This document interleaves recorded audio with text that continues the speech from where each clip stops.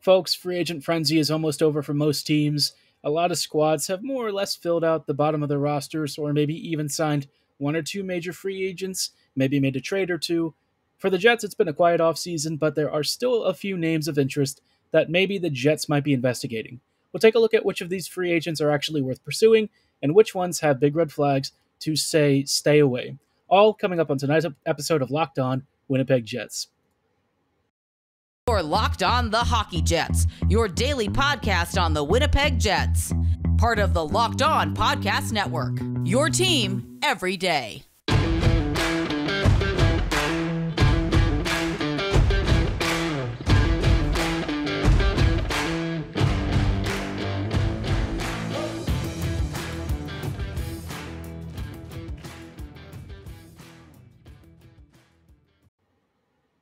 Hello, friends, and welcome to tonight's episode of Locked On Winnipeg Jets, part of the Locked On Podcast Network, your team every day.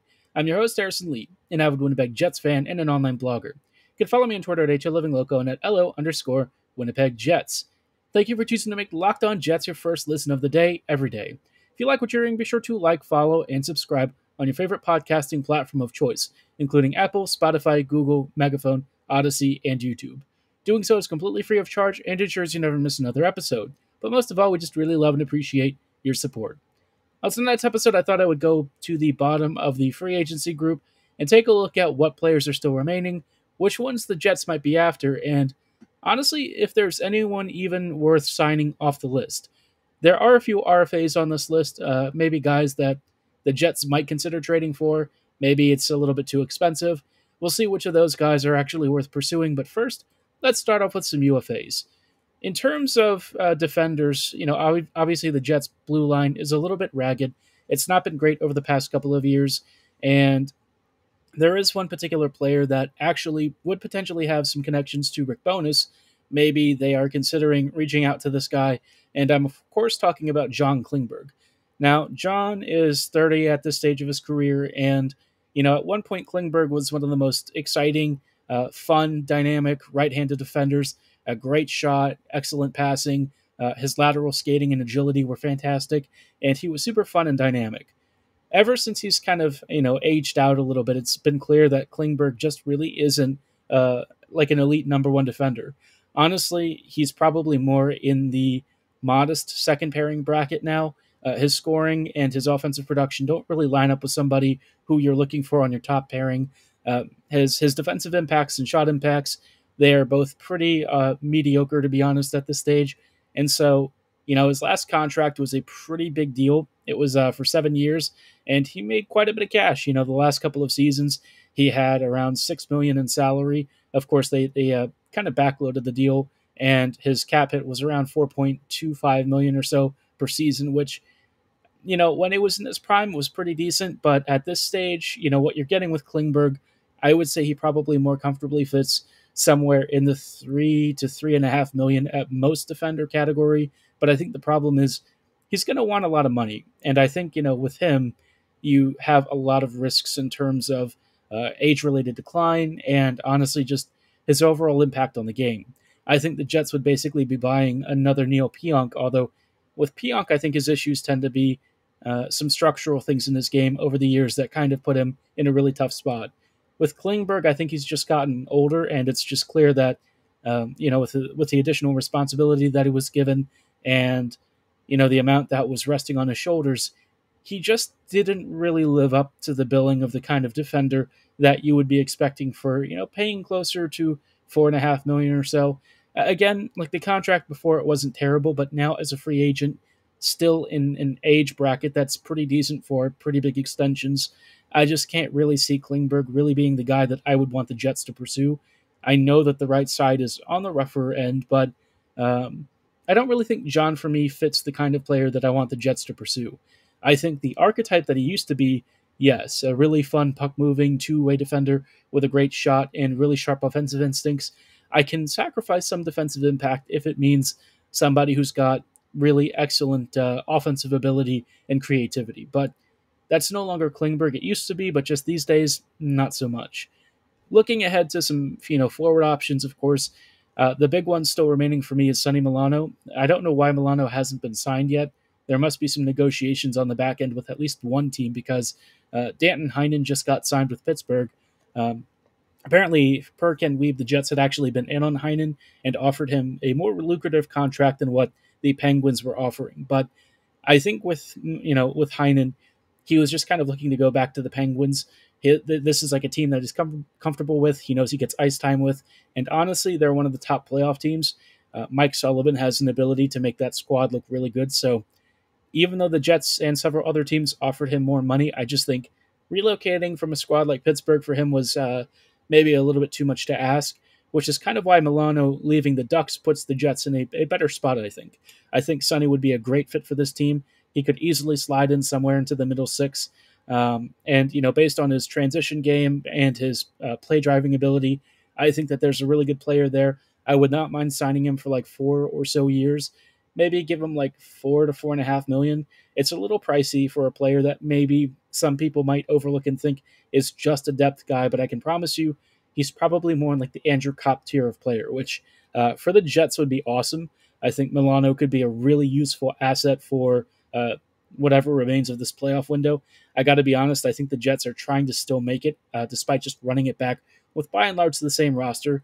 You all know how I feel about that. I'm sure you all have very many of the same feelings about this, but there's only so much the Jets can do with the squad as is. They definitely need to add somebody, and I think they're going to have to spend. This is the one thing that they just never like doing is spending money, but at some point, Winnipeg, the dam is going to burst with this team, and I think somebody like Milano is an investment I can get behind. I don't want them to just spend money on free agents that kind of look appealing but don't really bring much in the way of overall skill improvements or necessary traits to the Jets.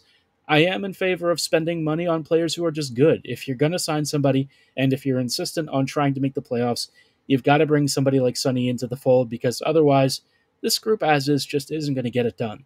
The only way that it would is if somehow Hellebuck goes like absolute beast mode and maybe Bonus is able to harness something out of this group. But I got to be honest, that's hedging your bets on a team that, quite frankly, it's just not really been good enough. And even when they made the playoffs the past couple of years, it's been pretty grim, right? Pretty short. So in terms of these first couple of free agents we're taking a look at, Klingberg, one to definitely avoid. Milano is somebody that I would be interested in a lot more, though. And of course, there are still some more players out there, maybe even some restricted free agents that are worth pursuing in trades. We'll get to those in just a moment. But before we go any further, I do want to shout out one of our wonderful friends at Built Bar. Those of you who have listened to this podcast a while, you know that I'm personally a big fan of Built Bars. I've had a lot of protein bars over the years, and most of them are just not very appetizing. Not surprising. I mean, a lot of them are dry. They have really nasty textures, and honestly, just not that tasty, which is kind of why Built Bar is super unique. It's the only protein bar that's more like a candy bar with a 100% chocolate exterior and a soft, chewy interior. They're constantly bringing new flavors to the table, and they've just introduced another great one called Cookie Dough Chunk Puff. It's got a light and chewy texture, real cookie dough chunks, and of course, as always, covered in 100% real chocolate. It's all of the joys of cookie dough with none of the guilt and hassle. It clocks in at just 160 calories and packs 15 grams of protein, much like many of other Built Bar flavors out there. If you can't pick just one Built Bar flavor, be sure to check out the variety box, which comes with up to 12 different flavors. And as always, when you do, be sure to use promo code LOCKED15 at checkout to get 50% off your order at Built.com. Again, at checkout, that is promo code LOCKED15 to get 15% off your order. Hello, friends, and welcome back to this episode of Locked On Winnipeg Jets. We are taking a look at, of course, some free agents out there who might be worth Winnipeg's time and effort to try and recruit. Before we go any further, again, just wanted to say thanks so much for making Locked On Jets your first listen of the day, every day. Now, circling back to some players who are a little bit more on the modest side in terms of impact, but might be maybe a cheeky third or a fourth liner, I think Winnipeg could do some really good work by bringing in a couple of players. One of them is Johan Larsson. And look, Johan, over the years, I think there were odd expectations for him. For a while, I think people, especially like Sabres fans when he first joined, I think they were expecting this really fantastic attacking two-way forward, somebody with a really dominant impact on the game. And Larsson didn't really bring that. Instead, Johan just kind of became like a really great defensive shutdown player, somebody with really phenomenal defensive impacts, but it did come at the cost of offense. It's not like Larsson can't score or anything. It's just that that's not really his specialty. And with the Jets, frankly, needing some really good depth players who can actually defend well and provide some PK ability, I think Larsson would be a decent add. I don't know what he's going to be asking for. I can't really be that expensive. His last couple of contracts were pretty cheap.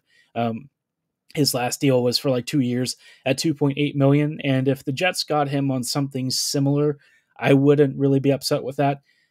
Again, you're not really asking for like 30 or 40 points from Larsson, but if he gets 20 points and gives you really good shutdown fourth line ability and PK specialty, I think that would be quite honestly great value. I would be okay with that. And if Larsson ends up being unhappy, I think it's an easy contract to move. And, he brings a lot of veteran experience, maybe to a team that could use it. And I think Bonus would be a big fan of him. Another guy that maybe gets a little bit of under the radar attention is Victor Rosk. Now, Rosk, of course, he signed a deal ages ago with the Canes. It aged pretty terribly, but what you're getting with him is something similar to Larsson in that he's another really good defensive impact depth player. Did not play very many games with the Seattle Kraken, just around 18 or so. Racked up 8 points, which is not bad. I don't think he was playing a ton for them, but what you're getting with this guy is a solid two-way center, somebody who could anchor your third or your fourth line. I think what's nice with Rosk is that he adds a little bit more offensive flair and shooting and passing ability than somebody like Larsson. Again, I wouldn't really say that it's a major part of his game, but on top of some defensive work, I think he can maybe chip in 20, 25 points. Again, I think if you offer him something like $1.5 million or $2 million for maybe a season or two, it's not a bad signing at all. Maybe a little on the pricier side, but of course, with the Jets, you do have to pay a little bit of a premium because Winnipeg's in Winnipeg, right? Let's not beat around the bush. I think the Jets know that recruitment is always a challenge, and adding a depth player like this again, I don't think would be the worst. Winnipeg, for some reason, has an aversion to signing decent middle six forwards for cheap deals, and it's kind of killing the team because you go past that top six and the bottom lines are really lacking any sort of punch. So Rask and Larsson may not solve every problem, but they allow you to add like a little bit more balance and maybe even insulate some of your rookies that you might start integrating. So I think both could be really cheap adds and maybe even decent additions. They're going to be cheaper than like a Johan Larsson. And look, you're not expecting again a ton of impact, but if rounding out your bottom like third or fourth line is your ambition, not a bad way to go.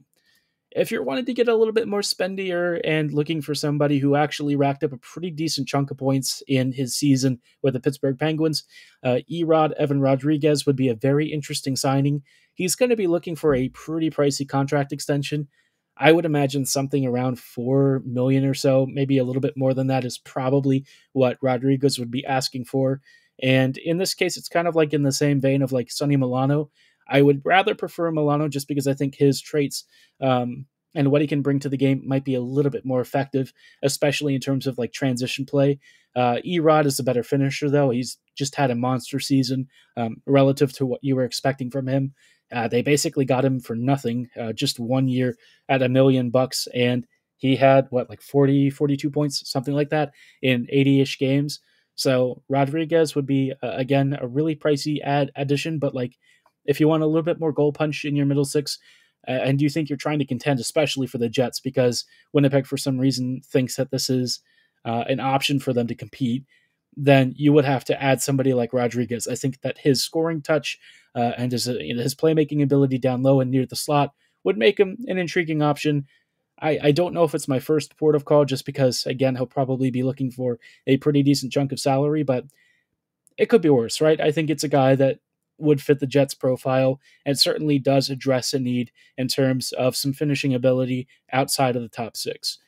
One last player that I want to focus on that I've talked about before, this is Tyler Ennis, of course, and Ennis for some reason just never really seems to get a ton of love with teams, but despite being 32, he's still a savvier depth forward. His shot and on ice impacts have always been really good, and even as like an older player, he brings really good skill and defensive impacts.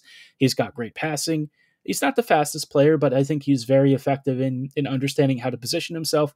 He's got, of course, a lot of veteran experience, and I think for the Jets, if you're looking for a fourth liner who is on the older side, Winnipeg always seems to bring in one of these guys every season.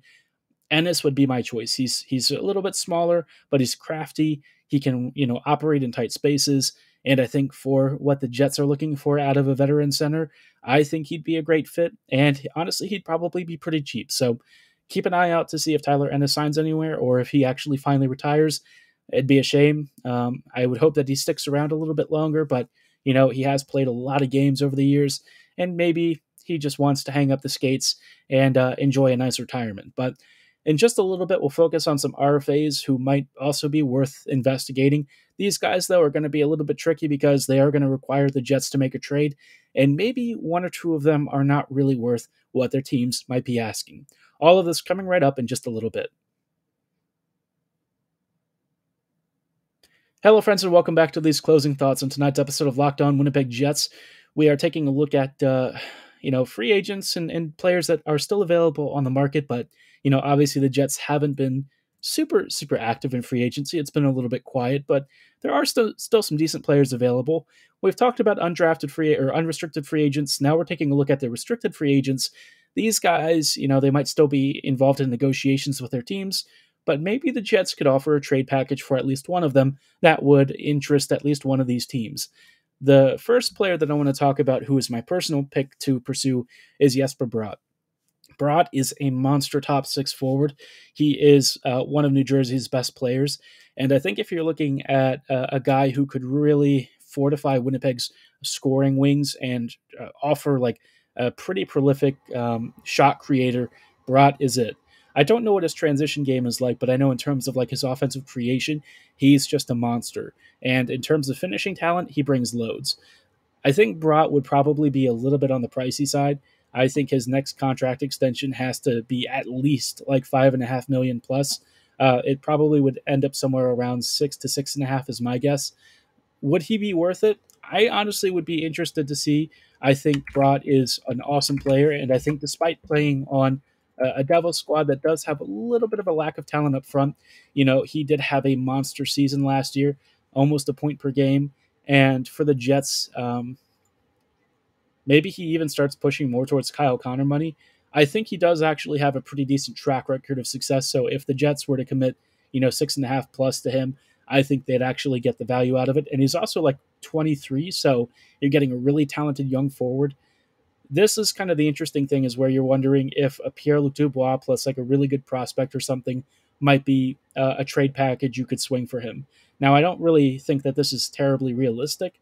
I'm sure New Jersey would ask the world for Bratt, and it's fair, right?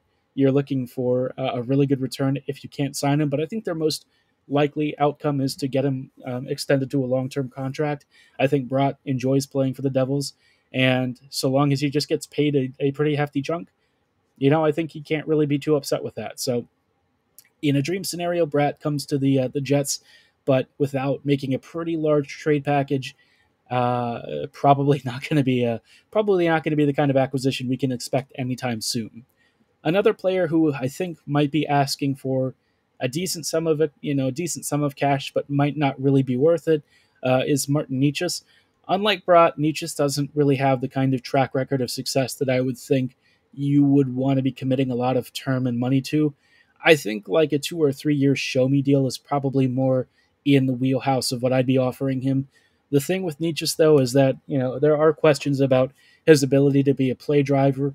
Is he really more than just a guy who can collect points and kind of call it a day, or is he actually somebody capable of being one of the league's top creators?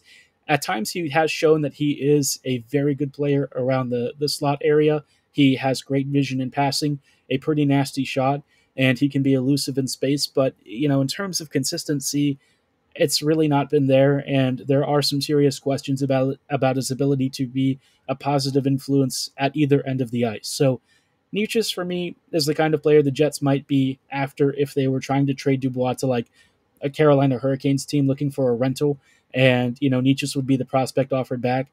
I kind of put him in like that Suzuki category, although I would still say Suzuki is probably the much better player at this stage. And even then, Suzuki for me is kind of not really somebody I'm super interested in, especially with that contract he's got. But if Nietzsche kind of rounds into form at some point and actually recovers to where he is a really good NHLer, I could see it being a worthy risk. I just don't know if this is the kind of punt the Jets can really afford to take, especially with them having to be a little bit careful about their cap allocations and salary. So Nietzsche's for me, not super in love with, but, an okay player. Now, the last one I'm looking at is a guy that I would probably avoid chasing just because he doesn't really solve Winnipeg's immediate defensive problems. But if you're interested in taking a gamble and you think that there's a trade package that works for both the Leafs and the Jets, Rasmus Sandine is a very intriguing option. I think Sandine for me is probably not the kind of guy that I'd go after because, again, he is a lefty. I don't know if he has a lot of experience playing all in his offhand, but usually you do see a decline in performance for most defenders. And as good as Sandine is, I do think he'll probably be expensive. And the other problem with him is that he doesn't really have a long track record. He's got like one season or so of being a really great top four defender, and we don't know if that's going to be something he can continue or not. My guess is he'll probably still be pretty good throughout his career, but if he's asking for like 4.5, 5+ million, that's just a lot for a guy with a very limited track record of success. And despite me being somewhat interested in his skill sets, especially as a puck-moving D who can be a really mobile back-end QB, I just don't know if the Jets would be the best landing spot. It's a situation to keep an eye on. I do think at some point he'll probably get moved just because I don't think Toronto is super keen on extending him at a big cap hit. I don't even know if they can afford it at this rate. But if he does get moved, I mean, the Jets could potentially have a swap there somewhere. I don't know, again, if it's the kind that I would make personally, unless they could move out somebody like, I don't know, maybe Brendan Dillon or something like that. But, the Jets seem to like Dillon. I think he would be, more preferable to staying with the Jets rather than getting traded. So Sandine, interesting, but probably in the realm of fiction for the Jets. And yeah, I mean, there's just not really many great, free agent D that I think the Jets can really pursue to fortify the back end. Sandine, Klingberg, some of these names are like the top end available. Guys like Dean Kukin are already signed overseas. Kukin would have been a really nice depth add for the Jets, but obviously, I think it went to like Switzerland or something, which for Winnipeg, it's a bit of a shame that they couldn't recruit at least one of these players, but, it is what it is. We're going to have to see what exactly running it back means with this team in just a couple of months. But for tonight's episode, that is going to be all the time that we have. Let me know if you have any free agents you want me to talk about next week, or if you have any players you're just interested in investigating for a potential fit between the Jets and maybe another trading partner. Be sure to let me know at HLivingLoco and at LO_Winnipeg Jets on Twitter or in the YouTube comments below. But again, for tonight's episode, that is going to be all the time that we have. Thank you so much for making Locked On Jets your first listen of the day, every day. While you're at it, be sure to make your second listen Locked On NHL. Our experts give you a daily 30-minute podcast on all things NHL all year long. Stay up to date on the latest in the world of hockey, available at your fingertips for free on all of your favorite podcasting platforms. Like, subscribe, and follow today. And as always, thank you so much for listening. Have a great night, and go Jets go.